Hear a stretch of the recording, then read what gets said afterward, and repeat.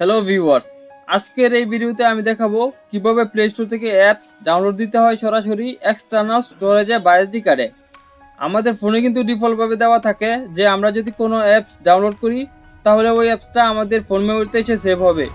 এতে করে এক সময় দেখা যায় আমাদের ফোন মেমোরিটা ফুল হয়ে যায় এবং আমাদের ফোনের পারফরমেন্স ভালো থাকে না, ফোনটা হ্যাং করে, স্লো করে, ভালোভাবে আমরা চালাতে পারি না।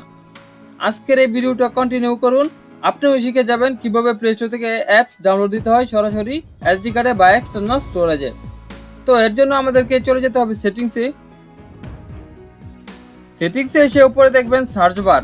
এই সার্চ বারে আমরা ক্লিক করব। এখানে টাইপ করতে হবে বিল্ড নাম্বার, BUILD। দেখুন উপরে শো করছে বিল্ড নাম্বার, আপনাদেরকে এখানে ক্লিক করতে হবে। তারপর প্রথমে 1 নাম্বারে দেখতে পাচ্ছেন আবার বিল নাম্বার। আমাদেরকে এই বিল নাম্বারের উপরে 1 নাগারে 7 বার ক্লিক করতে হবে।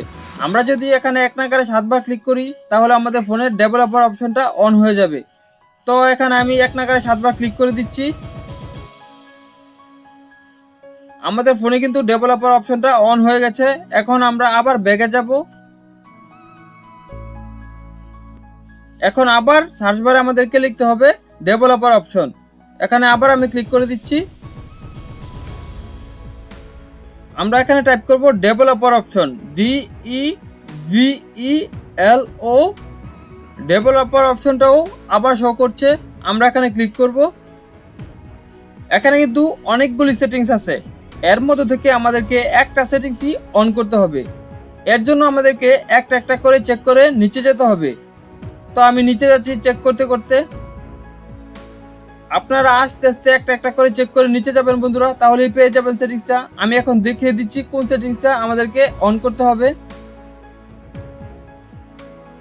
হ্যাঁ, আমরা পেয়ে গেছি।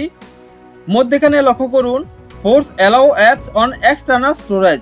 আমরা যদি এই সেটিংসটা ডান দিক থেকে অন করে দেই তাহলে আমরা প্লে স্টোর থেকে যত অ্যাপস ডাউনলোড করব সকল অ্যাপস আমাদের ফোন মেমোরিতে জমা না হয়ে এসডি কার্ডে বা এক্সটার্নাল স্টোরেজে জমা হবে বা সেভ হবে। তো এটাকে আমরা এনেবল করে দেব। আমি ডান দিকে ক্লিক করে দিচ্ছি। দেখতে পাচ্ছেন এটা এনেবল হয়ে গেছে। আশা করি বন্ধুরা আপনারা বুঝতে পেরেছেন কিভাবে প্লে স্টোর থেকে অ্যাপস ডাউনলোড করতে হয় সরাসরি এসডি কার্ডে বা এক্সটার্নাল স্টোরেজে।